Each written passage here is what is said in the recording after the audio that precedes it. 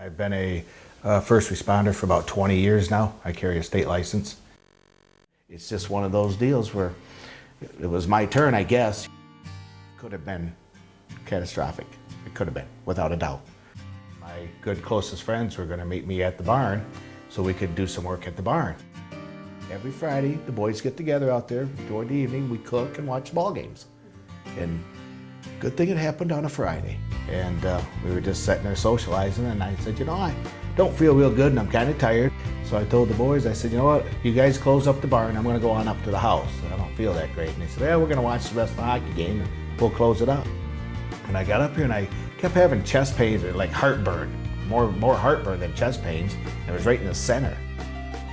So my wife had just laid down with our granddaughter, and I went in and said, Cherie, could you get up and make me a piece of toast? I don't feel too good. She got up and she walked into the kitchen to get some toast for me. I went to walk into the living room, and I thought, well, for a minute there, because it was really getting to be pressure, I thought I'll just kind of lean over the ottoman. And that's the last thing I remember. Well, I immediately called out Chris's name and there was nothing, so I kind of ran back around to the living room, and there he was, laid right on his back.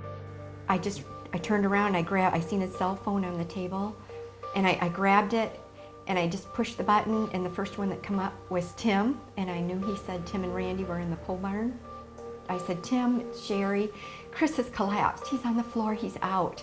He doesn't look like he's breathing. He's like a gray, pasty gray. And he said, we'll be right there. And I grabbed the house phone because I thought, I've got to call 911. And she said, I'll get an ambulance coming. And I said, his buddies are just coming through the door. And they said, he's not breathing. He's not breathing. And so they immediately just went right to the floor and started doing chest compressions on Chris's chest. It just seemed so unreal. It just can't be happening to us. There was the Davison Township Police, and they said, we'll take over from here. A paramedic was here, and then Swartz ambulance. Everybody just worked right together. At that point, somebody had connected Chris to the paddles because they still weren't getting the result we needed. And all of a sudden, it was just this jolt. They said, no, it didn't take. Reset it. And so we went through the whole thing again. So you're like listening to it, but it just doesn't seem like it's for real. And then after the second time, they said, you know, we've got a beat. And, you know, they were saying, Chris, stay with us, Chris. And I don't know, I just reached in and I said, Chris, you promised me.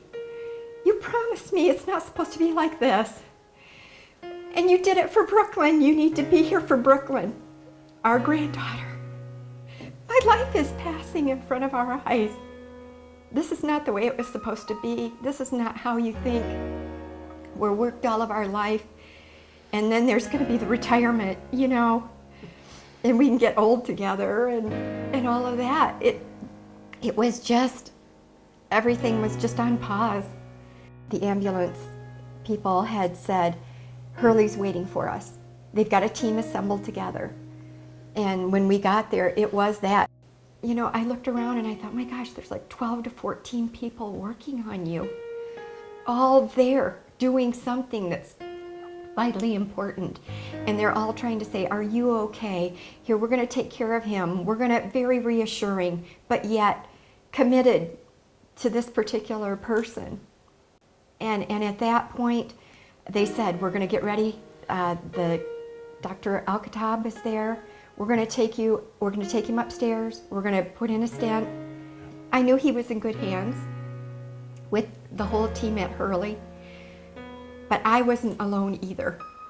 I mean, they were taking care of me also, you know? I mean, they thought of everything. They left no stone unturned. Next thing I know, I woke up at the hospital, and then here come the nurse, and she said, Chris, you need to lay still. You've had a heart attack. Thank God it was mild like it was, and I didn't suffer any brain damage or heart damage. So I was very fortunate. It gets overwhelming. When you thought you might be done, you know, you're 57, going to be 58 in a few weeks, and it could have ended. Had I not got the help I did, we probably wouldn't be doing this, you know. But For everybody to be there was like a miracle out of the sky. I can't thank Hurley enough, Dr. Al-Katab, all the nurses, cardiac rehab, the recovery. Hurley was there for us. Yeah. Hurley has made a difference in our life. Hurley has given, and everyone else that night, has given me my husband back. Because life would not have been the same without him.